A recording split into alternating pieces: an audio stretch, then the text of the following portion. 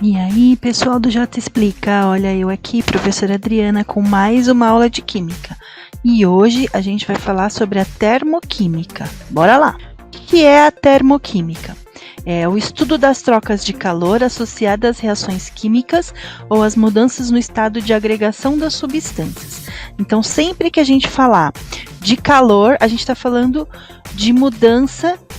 Então, sempre que a gente falar de transferência de calor, quer dizer que o corpo mais frio vai estar transferindo calor para o corpo mais quente. Geralmente, em química, ele aparece como energia, e essa energia vai estar na forma de calor.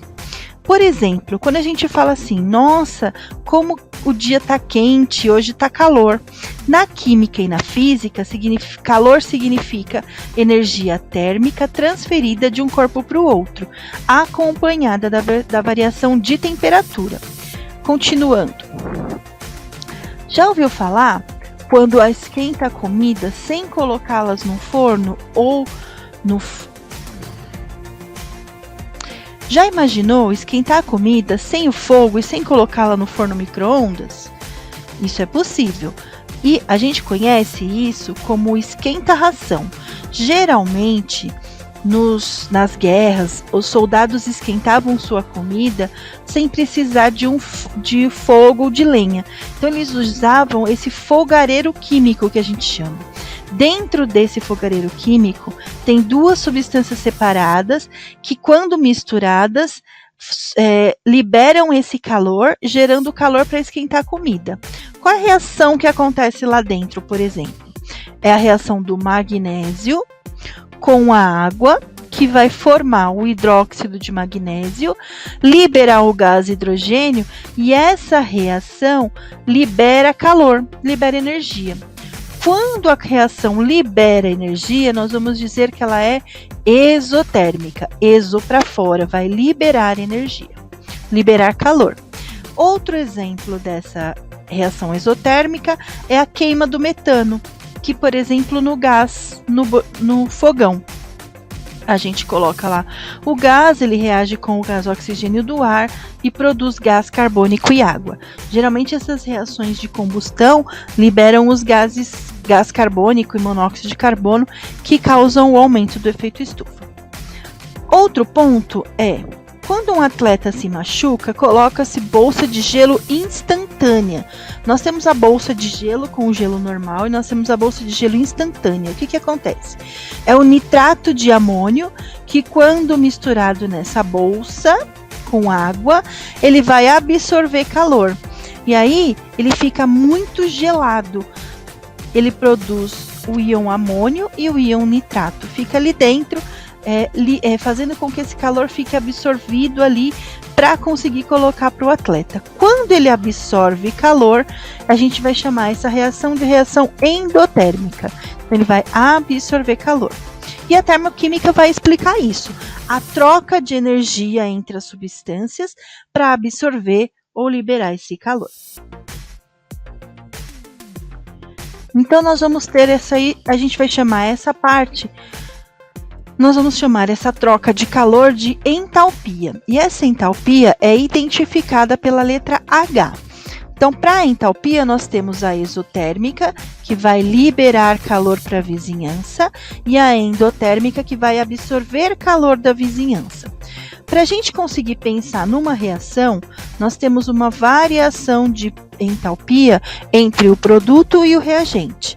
Para fazer a variação de entalpia, nós fazemos a entalpia do produto menos a entalpia do reagente. Nós teremos valores para essas duas entalpias. Esses valores são valores experimentais e geralmente o exercício do Enem ou de vestibular vai dar os valores de entalpia no exercício.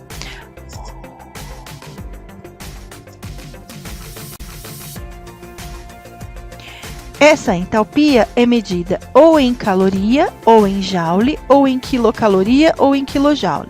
Lembrando que cada uma caloria é igual a 4,18 joule, ou se eu tenho 1000 calorias, eu tenho 1 quilocaloria, que equivale a 4,18 quilojoule. É uma unidade de medida também. Então, nós vamos ter as reações exotérmicas. Genericamente, como é que ela vai ser representada? Então, nós temos os reagentes transformando em produto. Então, nós temos a entalpia dos reagentes e a entalpia dos produtos. Quando a reação é exotérmica, quer dizer que ela vai liberar calor. Então, esse calor vai ser liberado e ele vai aparecer genericamente do lado do produto, que ele vai estar sendo liberado. Então, a entalpia do reagente vai ser maior que a entalpia do produto. Se a gente representar isso num gráfico, eu vou ter a entalpia do reagente lá em cima e a entalpia do produto aqui embaixo. Ó. Então, reagente, no caso é o A, e o produto vai ser representado aqui embaixo. O caminho da reação no eixo X e a entalpia no eixo Y. É só uma representação. A variação entre o reagente e o produto é o nosso ΔH. Quando a nossa reação é exotérmica, a variação de entalpia será menor que zero, ou seja, eu terei valores de variação de entalpia negativos. E quando a reação é endotérmica? Na endotérmica, a entalpia dos reagentes vai ser menor do que a entalpia dos produtos. Lembrando que a representação do calor agora ele vai estar absorvendo. Então, a representação do calor está do lado do reagente. E aqui o reagente, a entalpia do reagente, vai ser menor do que a entalpia do produto. Então, olha lá no nosso gráfico. Reagente embaixo, produto em cima. Essa diferença é o que a gente chama de ΔH, ou variação de entalpia, e ela será maior que zero, ou seja, ela será positiva.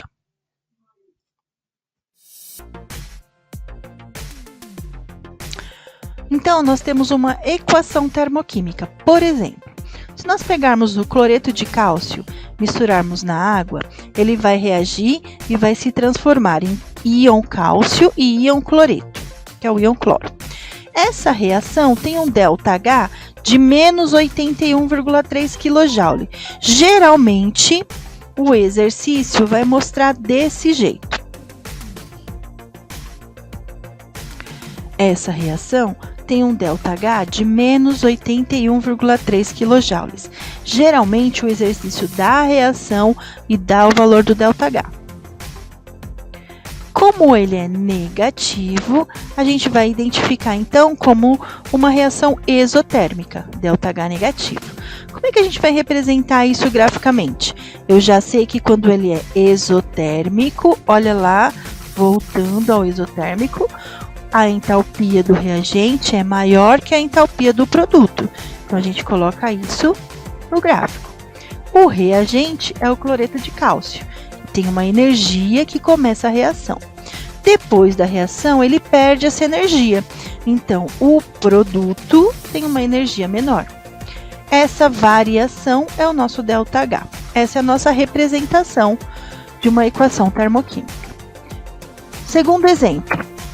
Agora, eu tenho o nitrato de amônio, que misturado em água vai formar o íon NH4+, e o íon NO3-. Segundo exemplo, o nitrato de amônio, que quando misturado em água se transforma no íon amônio e o íon nitrato. Essa reação vai ter uma variação de entalpia de 25,7 kJ. Olha só, agora a nossa variação está positiva. Então, entalpia positiva. De novo. Variação de entalpia positiva, nós teremos reações endotérmicas. E como é que a gente vai representar ela no gráfico? Na reação endotérmica, ela vai absorver energia. Então, o reagente vai ter mais energia do que o produto.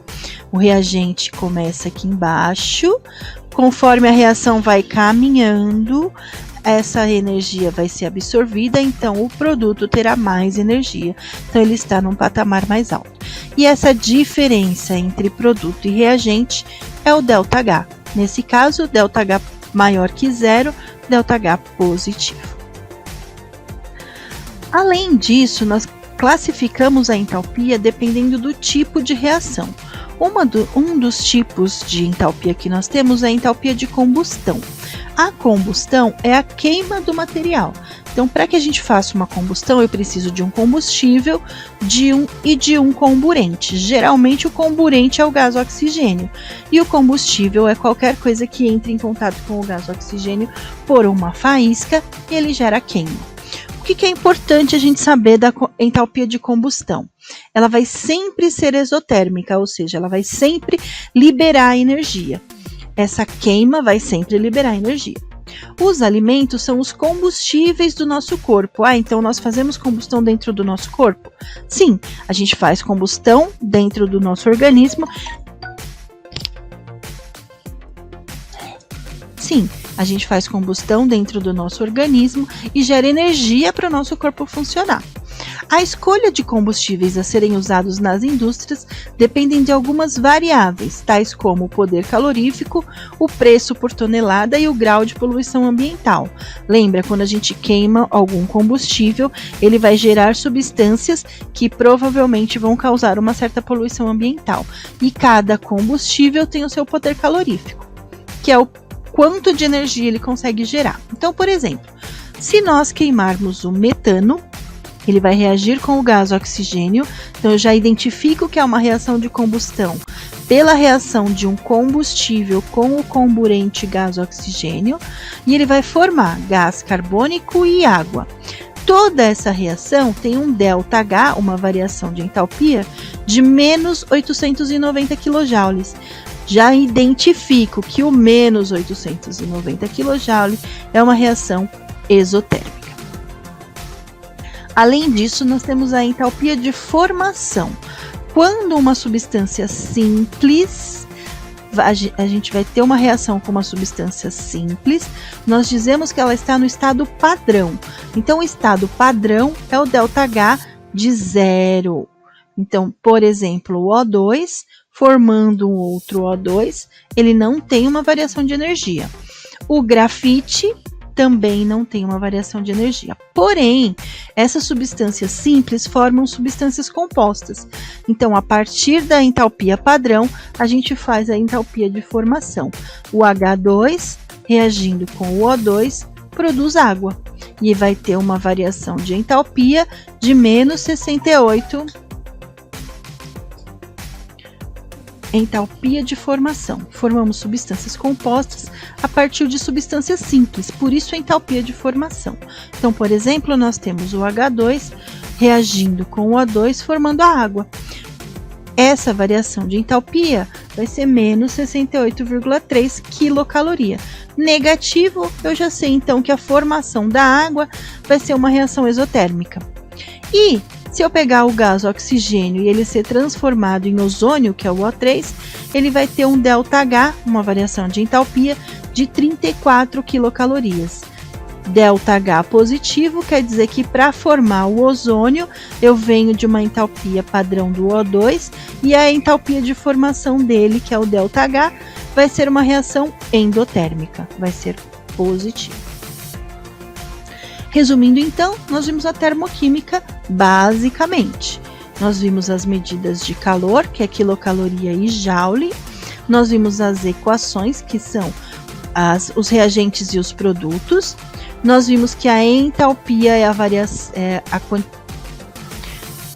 nós vimos que a entalpia é a troca de calor entre as substâncias e nós vimos o ΔH, que é o H final menos o H inicial, ou o H dos produtos menos o H dos reagentes. O que ela estuda, que são as trocas de calor. Nós vimos a entalpia de formação e nós vimos a entalpia de combustão. Nós vimos também a reação exotérmica, que é a que libera calor, e nós vimos a reação endotérmica, que absorve calor.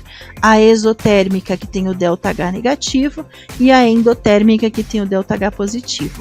Vou deixar para terminar essa próxima reação, essa próxima aula de energia de ligação e de lei de Hess para a próxima semana.